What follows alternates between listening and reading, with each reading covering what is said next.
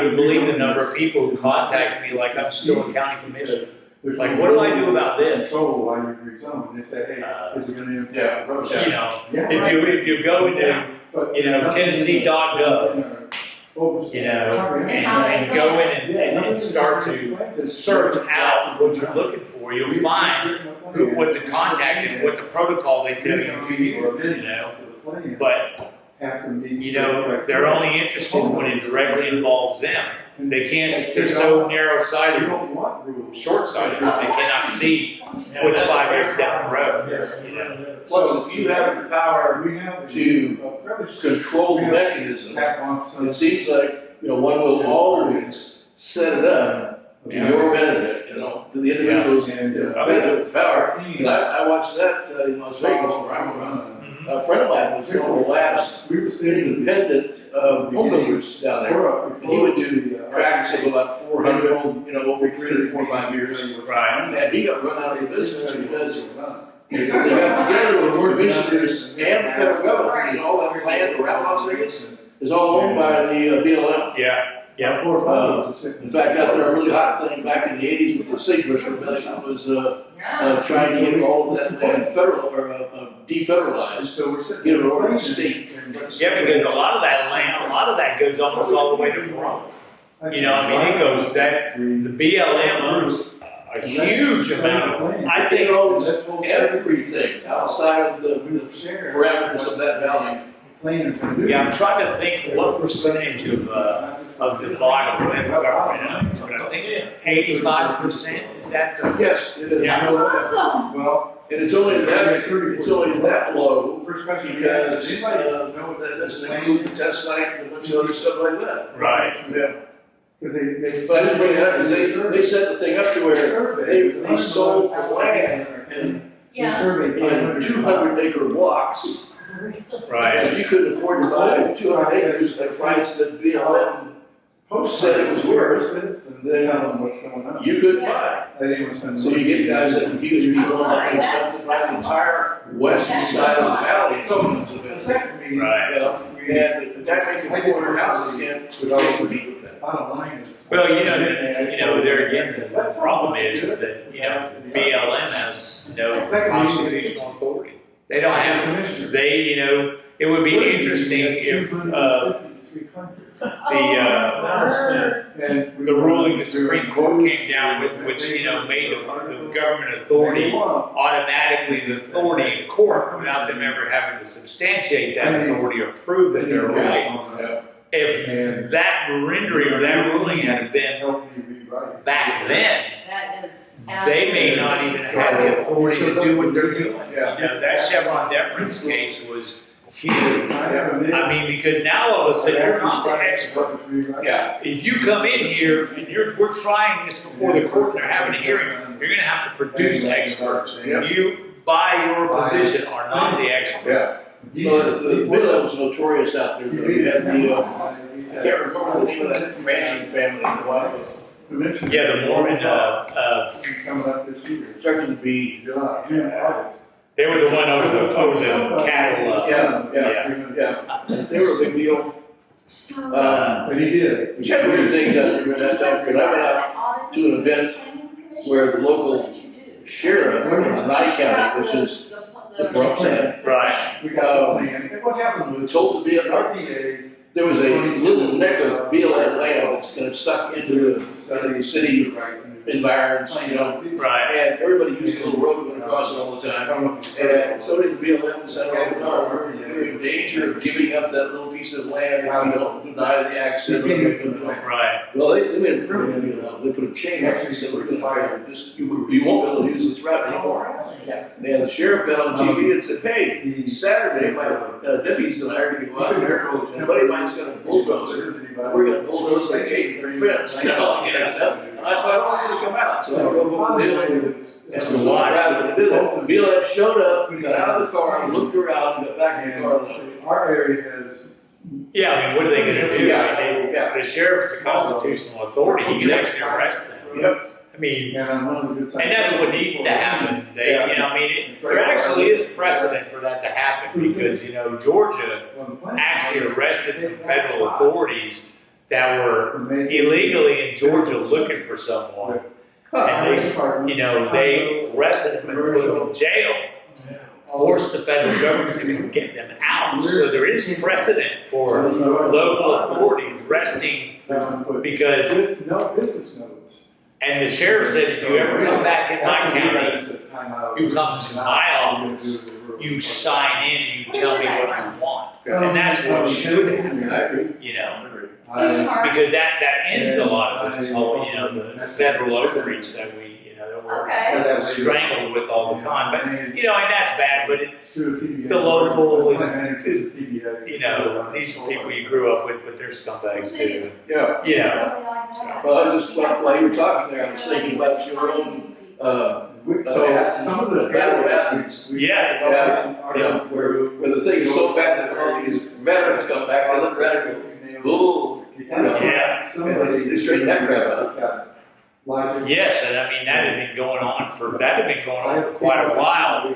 And I guess the disappointing thing there is that the McMinn County Sheriff didn't come in and remove the Athens sitting chief of police, which is what he should have done because that's his authority to do that. Arrest his deputies and remove them. And I guess because he didn't have the gumption to do that these guys, saw fit to. He was part of the deal. Yeah. It happens everywhere. You gotta have a good solid thing. I have one lady who is unbelievable researcher. She knows the zoning codes. I have another guy on there that he's also an engineer, like me. I have another engineer. And then we have some local folks. And so they all sort of function. You do kind of have to sit down and say.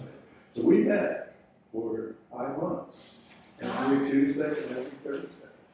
And we grew the team. We brought in some home builders. We brought in farmers. We brought in citizens to give us input. So it wasn't just a small handful of engineers. You know what you're doing. Well, You know what you're doing. we followed along. Well, we'll get started. Like I said, and we'll let Don run through. I think there's a lot of good information here. That if this is something that needs to be undertaken locally, if it's and if it is, that this can help us kind of cut through a lot of the nonsense that goes on. But anyway, we'll start with a prayer, and then we'll move forward. Thank you, Father, for bringing us together and allowing us to meet together and to fellowship together and to discuss things in our community that you've told us, Father, to be the watchman on the wall and to oversee what goes on in our community because we are responsible for not only the community but the people in the community and the widows and the orphans and all those who can't defend themselves. It is our job to do that. And so, Father, we come together in this situation and we ask that you bless everyone on their travels home. And if this is an undertaking you want us to engage in, Father, please, through the Holy Spirit, let us know. In Jesus' name we pray. Amen. This is something Don they've got a group in Hamilton County that is fighting, this unfettered development that is just destroying the community in Hamilton County. And if you go to your local officials, they'll tell you there's nothing you can do about it, but that's a lie. The key is zoning. If you get the zoning under control, get some people on the zoning board, get rid of some of these county commissioners, fire half of them, and tell the next group that comes in, now you're next. You either do what we want you to do or you're going to, and unfortunately the county commission we have here in Bradley County are some of the dumbest people that you'll ever run across. And it's really, and that, that's funny, but really it's disappointing. It is. Because we have several commissioners that IQ does not probably reach 80. And so they're easily, very easily, led down a path. And then the other ones don't have the gumption or the wherewithal to actually do their job. And I firmly believe it's because they don't actually know what their job is. You know, somebody talked them into running for county commission or whatever. And then the Chamber of Commerce gets in their ear and all of the NGOs get in their ear. And, you know, all of a sudden now they're not working for us, they're working for them. You know, and therein lies the problem, you know. And this is the other problem. There's, 6 people here, you know.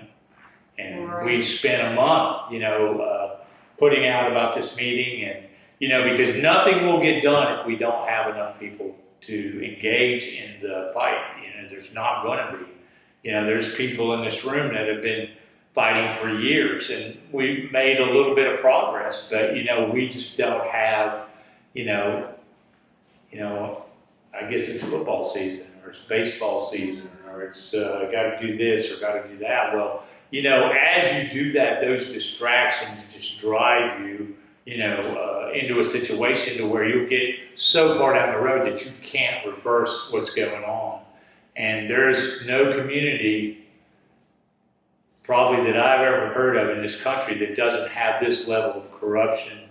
You know, don't think that the Jeffrey Epstein thing only happens in Washington, D.C., because it doesn't. It's everywhere. You know, they're here, they're everywhere.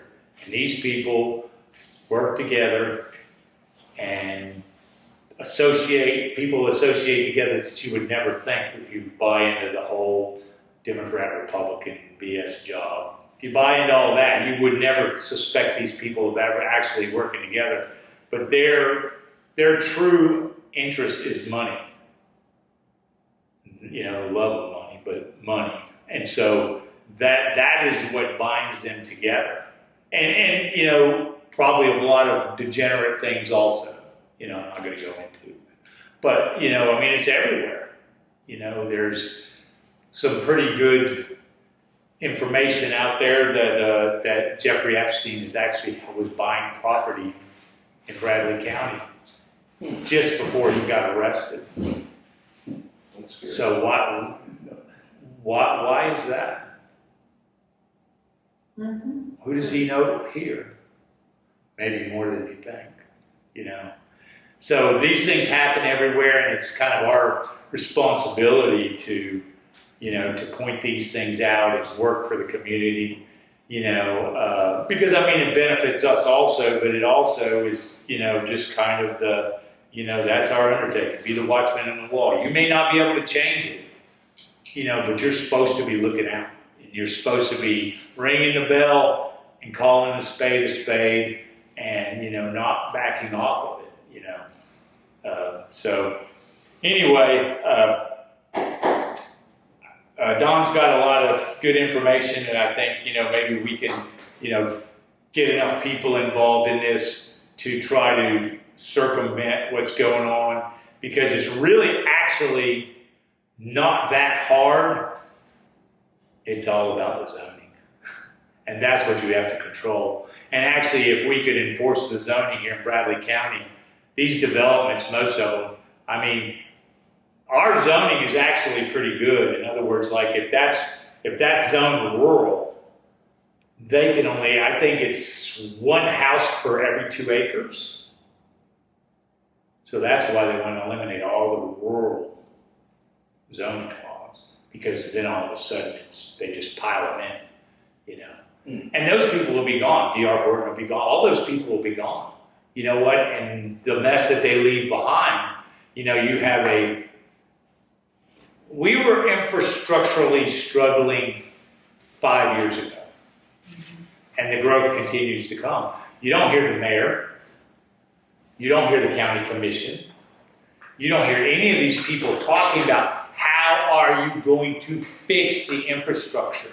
What are you going to do? Nice crosswalks, take a lot of time and effort. Well, I mean, you took all the federal money and then they dolled up downtown. Well, who benefits from that? Right. You know, all the people that own property downtown, not the average citizen, not the people. That's not who benefits. You know, and so what are you gonna do about the roads? They're not fixable. I was involved in Agenda 2020 here, just from a citizen's perspective, and got put on the road. I wanted to be on the road committee so I could use their information about costs and stuff to understand what was going on. And it's just not fixable. It's not fixable. You just can't, you can't buy the property, the right-of-ways to the property through eminent domain. You can't afford to even buy the property, much less pave the road,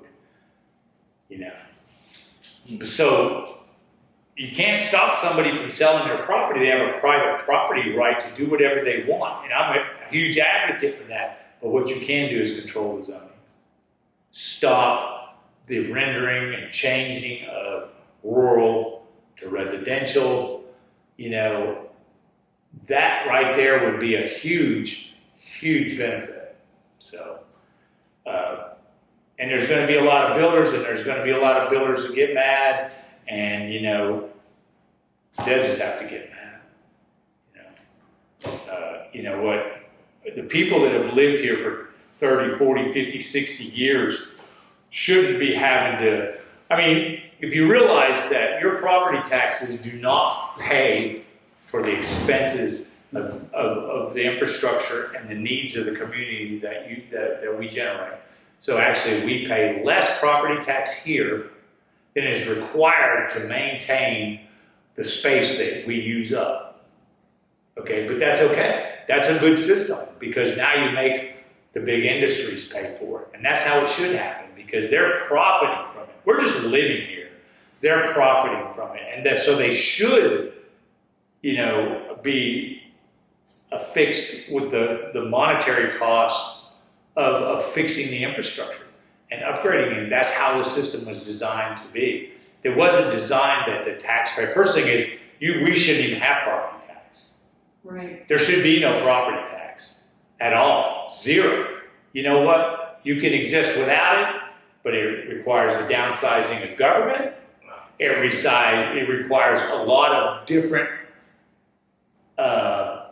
undertakings to make that happen. And they're not smart enough to do it like they're doing it now. Can you imagine them trying to do something that takes, it takes thought, and where you can think outside of the box, and you can actually, you're actually using your critical thinking skills. So, I'm sorry, Dan. So just so I'm on the right page here, so the concern is all the businesses coming in and building like Paul Huff and that sort of thing? No, residential. Okay. So like on, what is it, Hungry Hollow Road on the south side? Are you aware of that? Everywhere. It's everywhere. Everywhere. I mean, that's like, there's nothing down there. And all of a sudden they put up that big complex and you see it for the... Yeah. But see, that was, there again, that's a zoning issue. That could have been stopped easily, because that was all rural. That was all, the zoning, they don't even follow the growth plan here, which mandates what the requirements are to approve a transition from one zoning designation to another. They don't even follow their own rules. So that's how the system is set up. Like you have a planning commission, and they implement a set of rules, and this is what you have to do to approve or not approve a zoning change. Okay, so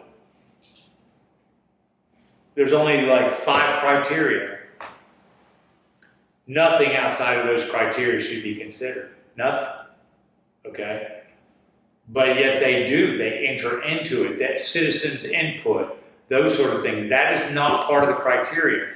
That should only come into effect once the planning commission and the zoning commission has rendered a decision about whether it should be changed or not changed. Then when it comes before the commission to be voted on, that's where public input comes in. You should not have people on the planning commission talking about people are objecting to it. That's not within your criteria. But they do it all the time. Because you know why? Because they've always done it like that. And that's what they'll tell you. They're not even smart enough to realize that they're admitting that they're in breach of their contract, because their contract said, these 5 things are the criteria to use for this zoning change. But you're openly admitting that you breached that. But, it's the same old thing. That's the way it's, but we've always done it like that. So what, if you always robbed a bank and you got away with it, can you just keep going on? Because you got away with 10, can you just keep robbing banks? I mean, is that what you're saying? Is that what you're trying to, put forward here? And, when you stand up and oppose this is what they're going to say. You're against prosperity, but they don't tell you whose prosperity. You're against development, you're against the community, but they never define what those terms are. Who is the community? What community are you speaking of? Are you talking about 90% of the people in the community? Or are you talking about the 1% who benefit financially from all these things that are going on? I mean, because that clarity needs to be made up front. We need to know, when we use terms, I know what my terms mean. What do your terms mean? What do you say? I mean, you want to see a perfect example of that in a politician? Who is this ass clown that is the head of the House of Representatives in the U.S.? Mike Johnson. If there was any more Weasley an individual that ever crawled up out of a sewer somewhere, I don't know who it is. I mean, this guy openly double talks, double speaks, and, that's how you can tell that the media is all in on this, because nobody's calling him out. In the same sentence, he says 2 different things. You don't even have to, I'm not that smart. You don't have to be that smart to realize that, wait a second, over here you say this, now you say this. And that happens here too, Smooth talking, and then you're attacked. You're one of the isms. And when somebody says that about somebody, you should instantly, your thought process should go instantly to, okay, why is he trying to shut this guy up? Why is he trying to shut him up? But anyway, that's the undertaking that we have. And, if there's not something done about it, I mean, it's not going to be a community that you're going to be able to live in. You're not going to be able to drive on the roads. I mean, I don't know, just noticed the last 5 years, after the scamdemic, look downtown. You can't even come downtown during the day and find a place to park. It never used to be like that.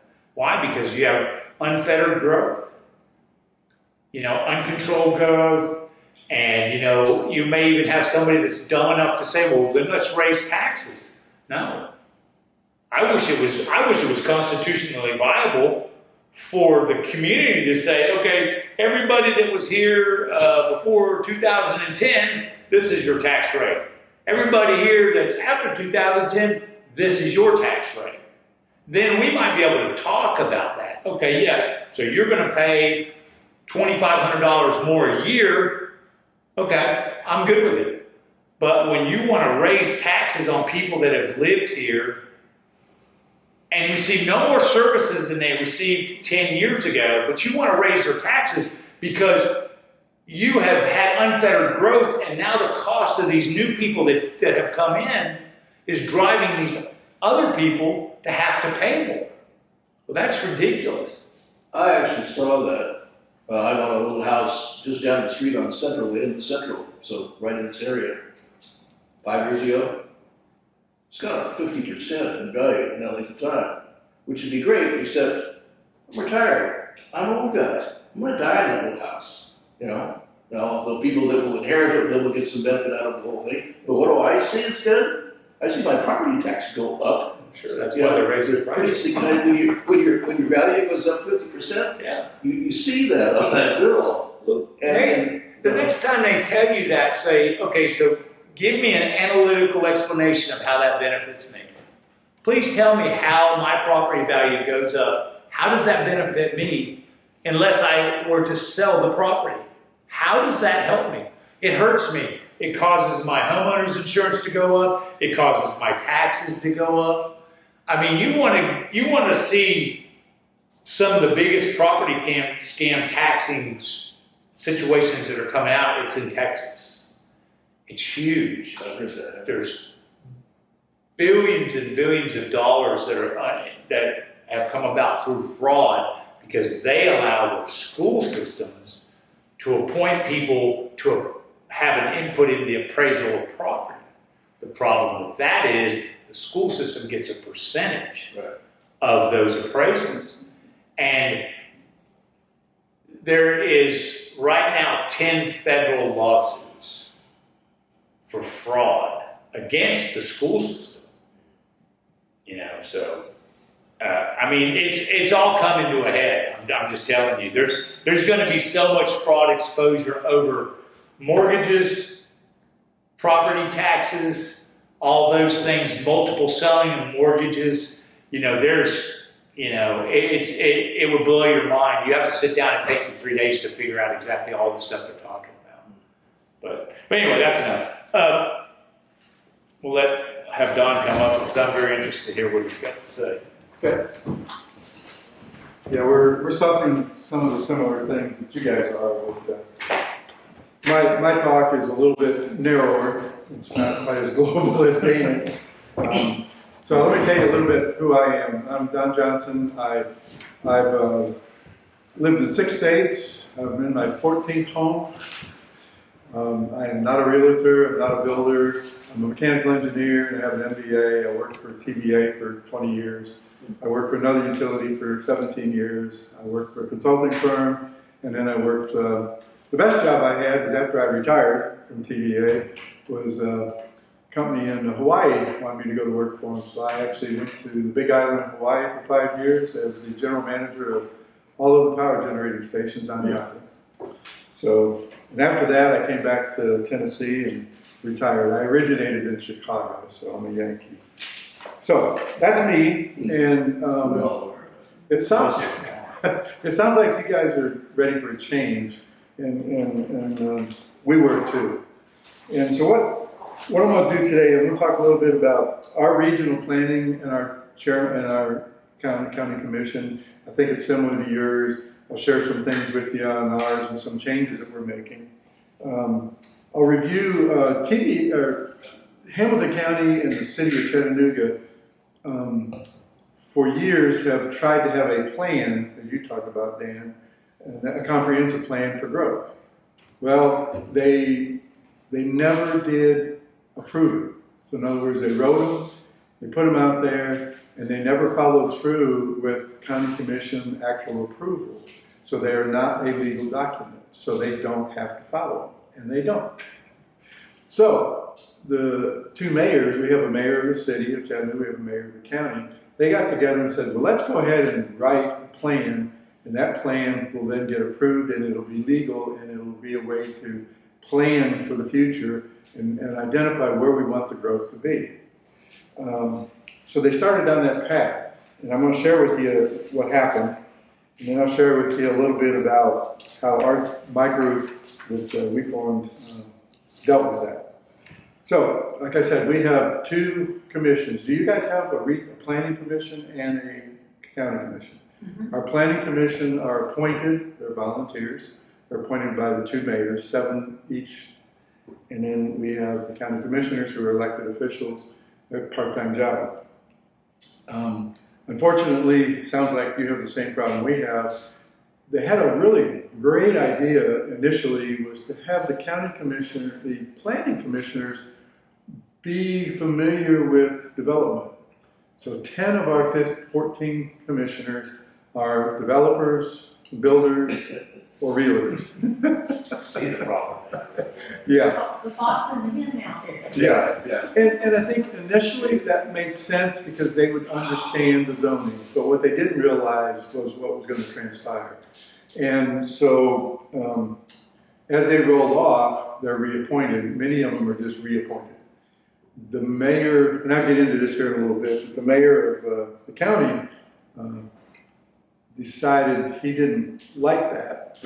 And so he is on a mission to reappoint as they roll off citizens and not developers. So the way it works is if a person wants to rezone, they can go ahead and submit a rezoning request to our planning authority, RPA. It's an engineering organization, and they support the planning. They then review the rules, and they come back with say, hey, this does not conform to the comprehensive plan that we have, because they use it, but it's not legal. So what they do is they come forth and say, we don't believe this meets the requirements. Sounds like you guys. Then because we're so intent on growth and building homes, guess what the builders do? The guys that are on the commission. They approved 92% of all the rezonings last year. So once they approve it, it goes to the county commission. The county commissioners there's 11 of them, and some of them have, their districts are in the city, some of them are in the county. And so they would look at it and say, okay, they want to take some farmland and they want to turn it into a subdivision. And the good news is the county commissioners over that area would say, time out, no. But the guys downtown say, we need the revenue from that zoning, so we approve it. And unfortunately, 95% of all the ones that get to them are approved. So we've had rampant growth. I live in an area where we've had 5 subdivisions of more than 300 and 400 people on 100-acre farms, and our roads are just dangerous as heck. And you know, the state actually will do evaluations and rate them. And we've exceeded the worst rating on 2 of our roads. And what's really sad about it is, in our team in investigating, we found that we currently have 5,000 platted and approved to build homes on our roads. And they're wanting to rezone more. And so we're trying to call time out. So let me finish that. So then what happened was the 2 mayors decided we ought to get a plan and let's make it with teeth. So the planning commission, RPA, went out and they hired a consultant. And this is some lessons learned for you. So they hired this consultant to go develop a plan for the city and for the county. And that plan was to take a look at the projected growth that's coming, the projected jobs that are coming, and then look at where should that growth be? Where should we build? Some of it was industrial, some of it was commercial, but it was mostly residential. Unfortunately, this consultant didn't know what they were doing. We paid them $550,000. The RPA ended up firing them. They produced 5 plans for 5 regions, a total of $550,000. Each of those plans was 252 pages long, full of really poor, a lot of backup information. They didn't take the data that they got and do analysis. My team has since done the analysis. They projected, I'll give you an example, they projected by the year 2040, we would have a need for 46,000 additional homes in our area. And this was a report that they paid to a company to do, in addition to the 500,000. Well, that then was used to drive all this rampant growth. So we ended up, ultimately we got involved, and we took that report, and when you really looked at the report, it was very interesting. That report wasn't for Hamilton County, it was for Hamilton County and the 6 surrounding counties, including you guys. Okay? So we went and pulled out everything that wasn't for our county, it was just our county. And then we pulled out everything that was apartments and condos and just housing. That 46,000 turned into 15,000. The home builders can only build about 1,100 houses a year. And with 5,000 already approved, we said, we need a moratorium because you got enough places to build for 5 years. And you don't need, we killed the emergency that was out there saying, we've got this, we're all gonna, we're just not going to be able. People are going to go move to Bradley, they're gonna move to other counties, they aren't gonna have a place to live here, and it wasn't true. So, what happened was they built this plan, and starting in 22, in 2023, they started holding civic meetings, and they started bringing us in and saying, here's what the plan looks like. And they drew maps, and they showed where things were gonna go. And what they come up with this new thing called place types. In other words, they took our zoning, A1, they turned that into country residential. So they took a lot, they come up with place types. This is another Atlanta type philosophy. And it's really pretty prevalent in the planning world. So it's not bad, it's just that it's new to us.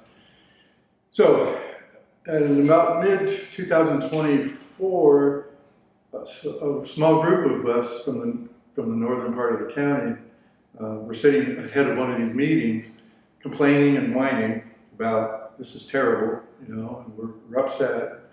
And so I just sat there for a little bit and I said, well, let's do something about it. Let's quit whining.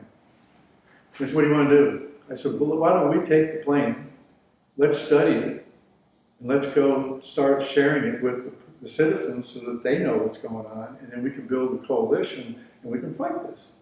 So we did. First meeting, we basically put on a presentation that says, hey, here's what it means to you. This is what it's going to mean to you. It's going to mean they decided to take 2 of our major roads and put village centers on them. In other words, condos, high-rise apartments, commercial, and the roads can't handle it. And the citizens don't want it. And so we showed that to everybody, and they go, oh, this is terrible. So we did a lot of media type information. We shared a lot of what we're learning in social media, TV, news, paper. And people started to get interested. And so we held a second meeting, and we had 60 people. And at the beginning of the meeting, we said, can we see a show of hands? Who has heard of the new Plan Hamilton? Half a dozen out of 60. The rest of them said, we don't know, but our neighbors said, there's something bad happening, we're coming to see. So that got a lot more attention. Mayor Womp from the county, he got a lot of heat. And we ended up having another meeting with 250 to 300 people. And he showed up. And before the meeting, he called me and said, hey, Don, this thing is a disaster. And he said, we got to work on it to fix it. Your team has done a wonderful job of understanding it. Can you help rewrite it? We said, rewrite it. You want us to rewrite it? We're just a bunch of hicks. He says, no, you guys understand it. So we agreed. And at the 250, 300 people meeting, he stood up in front of them and said, time out for you guys. I've got a group of people here that are going to rewrite it. And he said, I'm going to support it. Well, the people in the community were still upset about our roads are overloaded, our infrastructure, we're overloading the schools, and they beat him up pretty bad. And they also beat him up about the fact that our planning commission is made up of developers and the wrong kind of people. And until that's fixed, we're not going to change. And he said, I agree with you. And he says, I'm the guy that's got to fix that because I appointed him. So he said, I will commit that I will appoint somebody from this room in the next one that rolls off the committee. And that guy is rolling off this month. And that person was me. And he's going to pick, as each of them roll off, he's going to go ahead and start replacing those builders and developers and realtors with citizens that have a background or an interest in it. I'm sorry, how fast do they roll off? We have one rolling off next month, and I'm replacing him. Then we have 2 of the county rolling off in 2026. And I think they'll all be off by 2027. Since he elected him, can't he remove him? Well, you would think so. In fact, we have one that he tried to remove, and he's running into some legal issues with that. And They would have to commit fraud. Yeah. There's the Tennessee Code annotated the statute determines what they would have to do, and it's fairly egregious. I'm going to tell you something in Tennessee. It's extremely difficult to get rid of people in positions if they fight it. You know, it's just very difficult. I mean, most states you can recall the governor, you can't recall the governor here. Yeah, but I understand, like, if you're elected by the people, these people are elected by the people who are appointed. But the problem with that is, and there is a legal side to that. It's like, okay, so you put this guy on, he's doing the job, but he doesn't do what you tell him to do as the mayor, and he can just get rid of you. I see. So that's so unless the guy's done something reasonably egregious, that they can point to directly to this, but they can't point to anything because their growth plan has never been voted on. Well, here, he actually, he will probably be removed. Yeah. His name is Cottle. I don't know if you know, he's Reverend Cottle. And he, about 3 months ago, went on TV and threatened to kill Trump. Oh, I heard that guy. He made national news. That's egregious. That's a That's- Yeah. And our current county attorney just retired. And he was very, very, he did not want to deal with it. So he's gone, and we have a new attorney, and she is probably going to go ahead and pursue it. So. But bottom line is, so to answer your question, now we still have 7 from the city still on there. So it takes, a full vote of all 14. But there is an effort underfoot to go ahead and possibly separate the county from the city in the planning area. That, because of the MOUs between them and the fact that we have a central engineering group that supports both, it's getting into some real sticky contractual stuff. So it's going to take a while, but that's kind of where we're maybe going to head. But they should move the growth plan to where the city controls the growth plan within the city limits or within the county, inside of the Well, county. the good news is there are 2 plans. There is Plan Chattanooga and Plan Hamilton. So they did do that. And so the Plan Hamilton, like I said, was done, it's over a long period of time. Now, I'll just a little aside, when this got started in 2023, they held a community meeting and they asked for input. And a lot of people had input into it. And the question, I was the last one to ask a question, and my question was, will you have citizens' input into the development? And the answer I got was, you'll get a chance to review it. And I said, no, that's not what I'm asking. Will we be involved in the development? Right. And the answer was, I don't want to review what you've already approved. exactly. So they did not. They did not let us get involved. So when we started really pushing back, that's when that's when the mayor decided, boy, we've really botched it. And I'll tell you how sad the program was. The group that they hired is a national company that's really good at developing subdivisions. They're not very good at doing this. And unfortunately they hired him. When we started working on it, we were told that the plan was almost 90% complete. Well, there are 3 engineers on our team, me and 2 other guys, and we dissected it. I did 2 years of consulting work, engineering consulting work, and I went through the plan and I said, this is terrible. There's no linkage, it's terrible. And all of the appendix was stuff that had no relevance to us. And so, bottom line is, we sat down and started pushing back, saying this thing is. So they ended up.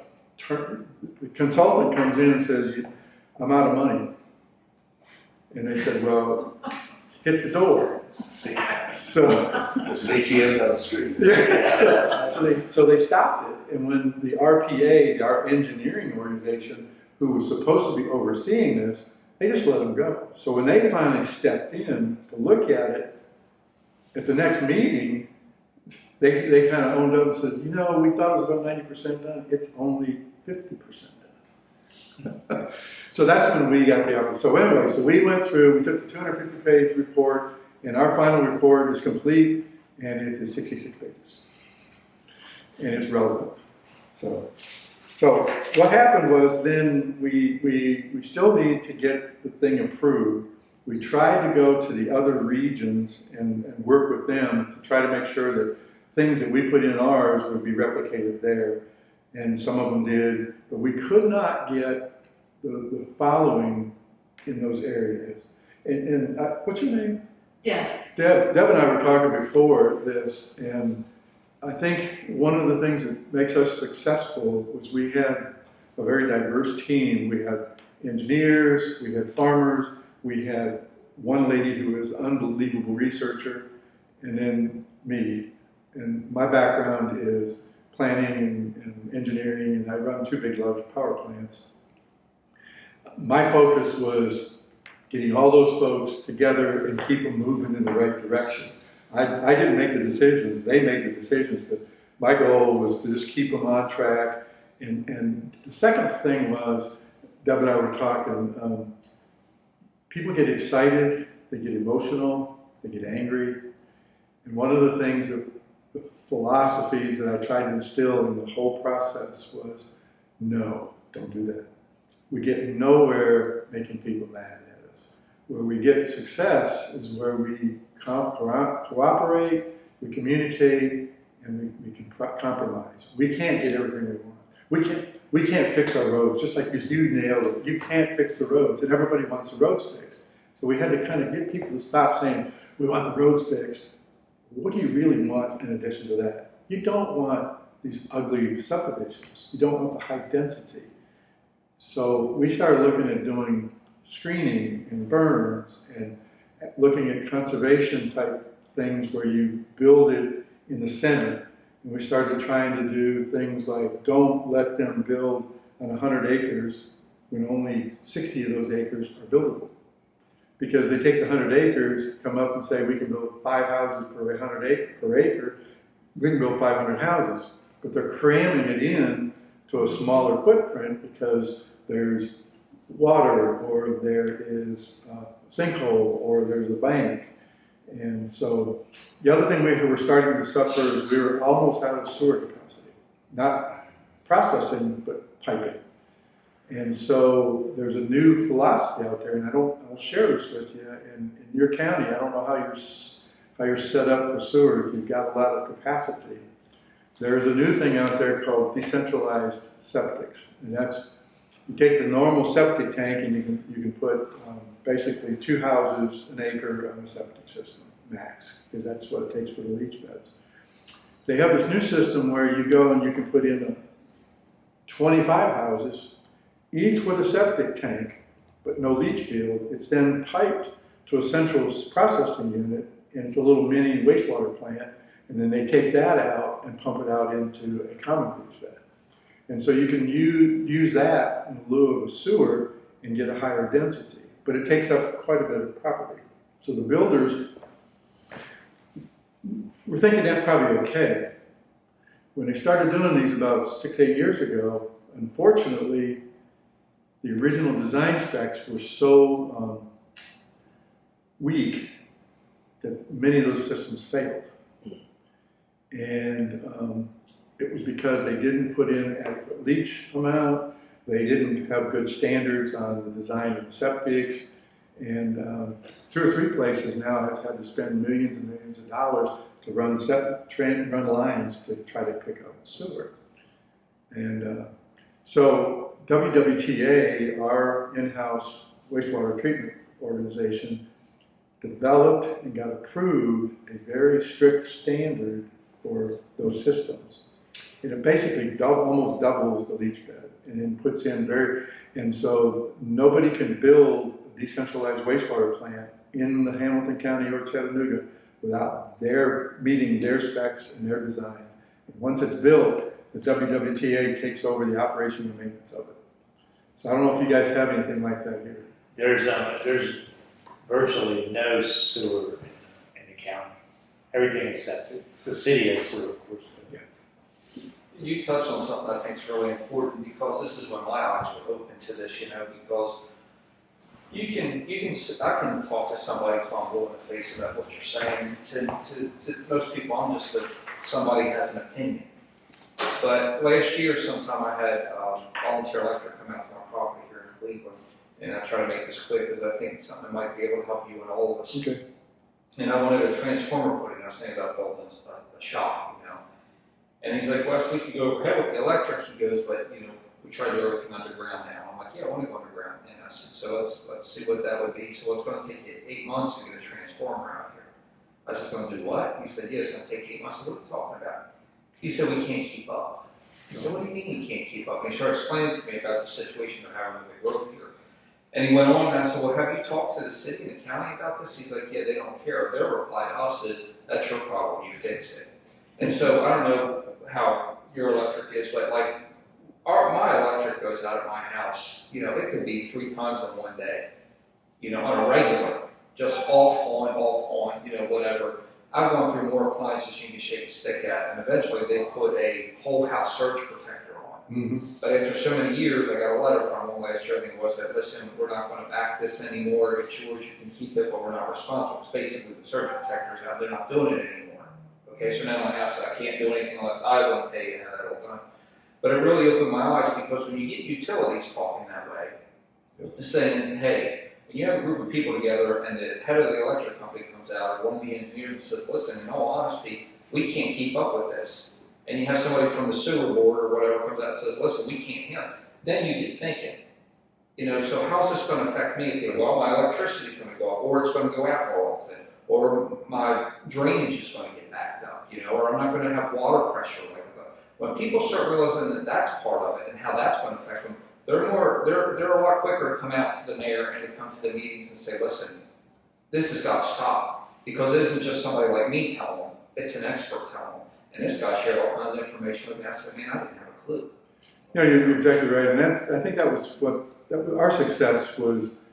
We realized that, you know, and in fact, I was telling Deb, in the old days when they developed the original comprehensive plans, they sent out a postcard to every single citizen to notify them of what's going on. What we did this time, what they did this time, they used social media and they did a survey. And they took the survey results and said, well, the people, they're a little concerned about the roads, because, you know, it's how you ask a question. And schools right now are not overloaded, so that's okay. But guess how many people? There are 111,000 people in the county. They surveyed 505.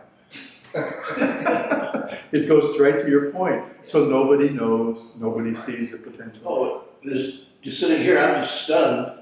In apartments, I can tell that there's a big difference between where you live. I live 8 blocks away. I mean, I'm just down the street. I'm just as urban as you can get in this environment, I think. But I don't have any problem with electricity. Zero. Yeah, it's one of the things that makes me want to move. Yeah. So something that is borders on life altering for you doesn't matter to me at all. I don't have any problem with it. When you run power lines across ridges and stuff, and there's trees, and you know you run into all of, you know, that's a big part of the problem. Most of our problems are caused by down trees, tree limbs on. But I mean, one could make the point that the trees are not maintained in areas where the lines are susceptible. You know, so that's a direct. But you know, of course, if that utility, you know, was to have to do that, then there's a cost involved. So that's a big part of the problem. I mean, if you've ever had to go out and deal with these people with these cooperative utilities, and you would immediately understand the problem. Not the workers. Yeah. I think it was a simple. Yeah. But it took me a month just recently to get a downed tree limb from that big storm that we had out of my driveway because it was a city tree. Yeah. It took a month. Yeah, I think you bring up a good point, and that's what we found. There are 5 areas broken down in the county. Our area is really by far the most active and involved. And it's partly because, you know, I think, I have to share one more thing with you. Prior to doing this, where I live, they decided to put in a wastewater treatment plant within a quarter mile of our house in a swamp. Good idea. in its home. And we started pushing back and fighting it. And we couldn't understand why, because the wastewater treatment organization services the city and the county, and they have 50% additional capacity to process sewage. But we're being told by the former county mayor that they're out of capacity. And it's all in how you phrase it. So we're going, oh, wow, we didn't realize that. But what they did when they designed the wastewater systems in Chattanooga is they have sewer, septic sewer, and they have rainwater, and it all goes into the same system. Okay, so the wastewater treatment plant is processing sewage and rainwater, which isn't a problem in normal seasons. But guess what happens? When you have heavy rains, it overloads the capacity of the plant, and they get violations. And they actually are under a consent decree now. So when we were told it's out of capacity, it was when it was raining. So when we found that out, I was on the team that was handling this. We had about 800 residents were going to be directly affected by this. And we were concerned about the smell, because when it overflowed, it was going to flow into the creeks and then into our lakes. Yeah. So we're pushing back, we're fighting it. The head of the wastewater treatment organization hired a consultant. And when we go to these meetings, the consultant answered the questions, but he didn't. He lost his position also, and he was replaced. But bottom line came down to this. We had at one time somewhere around 550 people in a gymnasium upset about this. We did our research, we found out how many people are affected, and we were told that it won't smell, it's not dangerous, don't worry about it. You guys are just NIMBYs, not in my backyard. And so we went a couple of rounds and fought it. And then we won. And the commission voted it down and said, it's not a good location. We're going to go find someplace else. So the mayor, and you got to watch these politicians. The mayor comes to us and says, hey, I lost that battle. He says, we still need a system. We're going, but you don't. Yeah, we still need a system. So would you guys be willing to find me a better location? And we go, why? Because we need another system. And you guys are the experts now. Well, what he was doing was, you guys decide where it goes, and then when they come after us for that location, we outsmarted them. So the team comes and says, hey, Don, you're the engineer. What do you think we ought to do? And I said, well, why don't we look at the options? Let's look at the costs, and let's look at the impacts, the environmental impacts, all this stuff. But I said, let's talk to the wastewater folks. We think they got capacity. So when they explained to us the situation, you know what they told us? We got a fix for that. And we can support you for the next 20 years. You don't need a system of your own. In fact, they didn't want us to, because it's about $7 million of revenue that they would buy. So we sat down with them and said, so what they did was, when you get all this heavy rain, they don't let it go to the wastewater plant. They put in these 1 million gallon storage tanks. And the storage tanks take up the surge. And then when the rain stops, they then bring that water down and focus it and control it going through the wastewater plant. The common sense has to stop. Yeah. Yeah. So here, let me finish the story. So we go, dang. So we go, what is and by the way, the engineering firm that they hired never did a net present value cost analysis of this. They just said, we want to build it there, go. And so we looked at the alternatives, and the best alternative was to continue operating the way you are. We avoided a $110 million investment, and people, they didn't even know anything changed because those are normal rates. And the city was happy, the WMTA was happy, they didn't lose $7 or $8 million.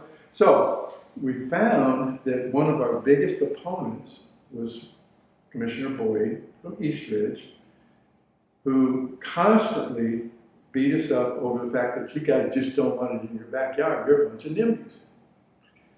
And so I said, well, why don't we fix it? It turned out. Well, There you go. we did. Oh, that's There was an abandoned wastewater sewage treatment plant in Eastridge that was shut down by the EPA. We couldn't restart it, but I didn't know that. I'm just a dumb citizen. So that was the number two. Number one was continue as we are. Right. Number two was to put the damn thing in his backyard. Now there's a hospital over there now since they built this. And so we did something, and the reason I'm sharing this with you, this is what you got to think about. So we know if we're going to go into the commission, we're going to get beat up. They're going to come up with all kinds of reasons we're wrong. So I did an 11-page financial due diligence and technical due diligence. We then went to the newspaper the day before the commission meeting, spent 3 hours with the news media sharing all of this. It shows up in the morning paper before the commission meeting, and we had passed out to each commissioner the 11-page report. So we go in thinking, well, we'll see if we outsmarted them. Before we can even say the first word, Mr. Boyd takes the report, holds it up, slams it down on the table, and said, Don, this is the biggest piece of crap I've ever seen, and proceeded for 5 minutes to berate us. He called us NIMBYs, he called us racist. He said, you guys out there, you guys in the rich part of town out there, are, blah, blah, blah. And he says, you should know better. You can't build a sewage treatment plant behind a hospital. But Mr. Boyd, it's safe. It doesn't smell. It's not going to hurt anybody, right? Right. He did the best thing he could do for us, because at that point, for 5 minutes, he treated us terrible. Yelled at us. All the commissioners, one by one, apologized for his behavior. And the chairman, she says, it's really sad when we can have a citizens group come in here and present us options with business cases and do technical due diligence that we can't even get from a high-paid consultant. Yeah. We won. They said, we don't need a plan. So keep in mind when you go do these things, kind of do some strategy, and you got to kind of build. How do you get the support? So we started having meetings, and we started sharing with the community, and of course you're exactly right. All of those people, we were all going to be affected. You build a plant, and we looked at all. There were like 800 homes within 1 mile of this. And of course, the one that we have there now, Moccasin Bend, go by it. It stinks pretty much all the time. They stink. I used to work at one. Exactly. And it's not dangerous, but it does stink. So bottom line is that, so that's where I kind of got my first taste of doing all this kind of stuff. How long ago did you start your group? We started in about middle of 2024. Oh, okay. And Long ago. yeah, and then by Christmas, the mayor said, hey, can you guys help me? And in January we started, and we rewrote the thing. We took it page by page, rewrote it, and we had meetings every Tuesday at a local, one of the schools is shut down, they let us use it. And we brought in about 20 total people, some farmers, builders, local residents, so we could get a pretty good flavor of, and we had some pretty heated discussions about, some people are saying we still need the growth. But our full focus was responsible growth, because we're getting pushback. I don't remember who said it, but you did, Dan. The pushback you get is you're anti-growth. You're anti-growth. No, we're not. We want the growth. We just want it responsibly, with least impacts on the infrastructure. And I got everybody to stop whining about the roads and infrastructure, because the commissioners got burned out. They said, Don, we can't fix it. It's going to take $40, $50, $60 million. We can't fix it. So the strategy then switched for us to, okay, this is a 5-year plan. Why don't you guys slow down the growth, take some time, take those 5 years, and work on infrastructure development, and let's go ahead and get the infrastructure into the plan. And then the plan's only good for 5 years. Then in the next round, you'll have the funding, the planning for the infrastructure. Did they understand the logic? Yes, about half of it. Okay. Did it run into somebody else's plan to make a whole bunch of money? Yeah, because we have 4 commissioners that are in the city. They don't care about build out because they already got the terrible traffic. And they look at it like, we want you to pay every square foot of the farmland and bring that revenue. And Dan said something, they hired a consultant, University of Tennessee's professor, did a very, very detailed report looking at, does tax revenue cover the cost of the infrastructure increase? And the answer is no. It barely covers the maintenance of the existing and clearly doesn't cover the new stuff. And when you've got a 40, 50, $150 million deficit, it clearly won't. It clearly won't. And so our builder friends cherry picked because it did say that on new developments, brand new developments, the tax revenue from that will sustain those brand new roads for a period of time. And they pulled that out and said, here, all this development pays for the roads.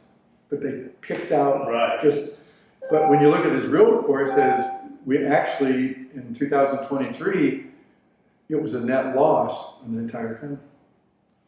So you got to start, and what happens is the Builders Association is extremely powerful.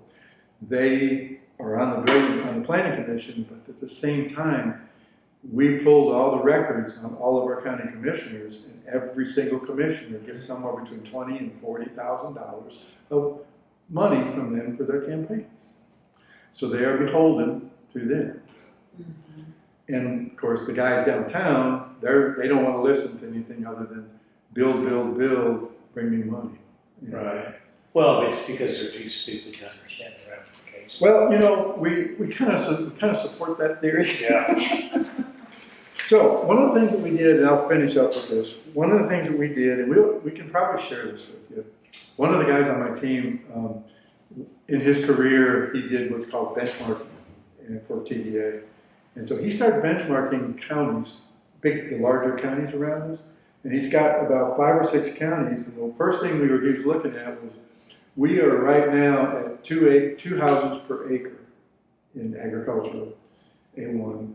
And he wanted to see, is that normal? It turns out we are the highest density of any of the surrounding counties around Nashville, Memphis. They're all in the less than 1, sometimes half. He then started talking to their planning commissions and found out that in a majority of them, there are no builders on any of their planning commission. There are no real estate agents. They also he found out that, you know, they have a plan, and he says, how often do you rezone? Well, in our plan, we said we only wanted you to come in once every 6 months for the rezoning. So you had to bundle them up, and the builders wanted every month. Oh, of course. And he found that the majority of the surrounding counties do it every 3 months, 3 to 4 months. And they said they typically, in a year, may have 4 or 5 rezonings. Because the rezoning requirements are so stringent that the builders know, don't come in because you're going to get denied. So I'll finish with that. I know you're suffering very, very similar issues that we are. Now, the way it took them years to work through and get to the point they're at, you're gonna be the same thing we are. I think we're on the right direction. We're on the right move. We're getting a lot more citizens' knowledge and involvement. We are constantly in the newspaper, on TV, on radio, and preaching it. And then we had an uh-oh where some of the resistors on the commission tabled it. And I have to share this with you. This is hilarious. My research guru on the team, she's a bulldog. She is connected with the state regional planning, and she's friends with. Became friends with the retired attorney for the state for planning. And what happened was our commission our planning commission took the plan that we've developed, and instead of voting on it and then passing it off to be approved by the county commission, they received on the day of the meeting, and we held it at night, 5 o'clock, so we have citizens. The builders walked in with 7 pages of amendments to the plan, undoing the plan, raising the densities, killed the amendment process, killed the rezoning requirements. And the planning commission, obviously because they're builders, go, we're going to punt this. So they punted this up without even approving it or reviewing it to the county commission. And they broke the process and they violated law. And they got it, and then they start fumbling it around and it got tabled. Tabling means kill. So Kim calls her friend, the attorney, and says, hey, let me tell you what just happened. And he goes, you can't do that. You can't do that. So he sends her the documents. We take it then to our new attorney and the chairman of our commission and said, you guys need to think what you just did. And they go, oops. So they killed it. And now it's starting over, and it's going to be going in September to the planning commission to do it right. And then it's going to go to the county commission. The mayor should have used that tabling, especially if the guy that he's already having a problem with was one of the ones that voted to table it. Well, That should have been the impetus to no, fire him. the tabling happened. Oh, in the commission. Yeah. But when they punted it, did they vote that they were going to punt it? Or they all, okay. Yeah, they wrote If that guy voted to punt it, he broke the law. That should have been the impetus. The mayor said, you know what, you broke the law. You're getting ready to go anyway. You're out of here. Well, and they all voted for it. Yeah. Oh, of course they did. Yeah. I mean, So that's, we're just happy that it got to start over. sure. And it wasn't dead. And so we're at the point now where we're just we met today, we're trying to, the chairman of our county commission has thrown us a curve today, and I'm not going to talk about it, but we don't understand what he's doing. And so we try to keep these, so we don't just meet separately, we bring commissioners in, and we got to be careful with the sunshine law. We can't bring them all in and talk to them, so we bring them in one at a time just to get their feel. We're meeting next week with Signal Mountain. There's a group up there, and this is kind of sad. We've been doing this for 7 months. A month ago, they came to us and says, hey, this is terrible. What do we do? We said, you're late. Yeah. And they got their commissioner on board, and so we're meeting with their commissioner and them next Thursday to kind of go over kind of what I did here. And they actually have a couple of things they want to try to do. Signal Mountain's terrain is much different than ours, and they actually have 1 or 2 of these decentralized sewers under the old criteria, and they're failing. So guess what happens? Stuff rolls down here. So you want to be at the bottom of the mountain. So I don't know if that helps you guys. I think, you got to think strategically, and you're suffering trying to get enough people behind you. You're exactly right. Until you're personally impacted, it's not a big issue. So we had to kind of create that for the folks by really touching on the things that they're unhappy about, schools and roads and things like that. Flip side is even if it's not in your backyard, like with me right here, just being aware of it. I wasn't aware of all this. This is fascinating stuff.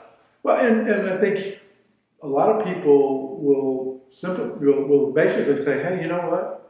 I know it's not hitting me, but I sure don't want it to hit you. Yeah. And so that's where we kind of got the rolling. And again, we had some very, very upset people at some of the meetings. And one of the things, my background is engineering, but I managed a lot of organizations. And the first thing I learned was if I had some upset employees, I let them vent. If you shut down the venting, they get mad at you and they close up. So I always let them vent. It's painful sometimes for me to listen to all the complaining, So just a word of, we used to always, at the meetings, we'd say, they're going over the same things. And mayors say, Don, they're going over the same things. I said, let them vent. They gotta vent because now they feel engaged. If you shut them down, they're gonna walk out that door and not come back. So let them vent. So just a couple of lessons learned. So.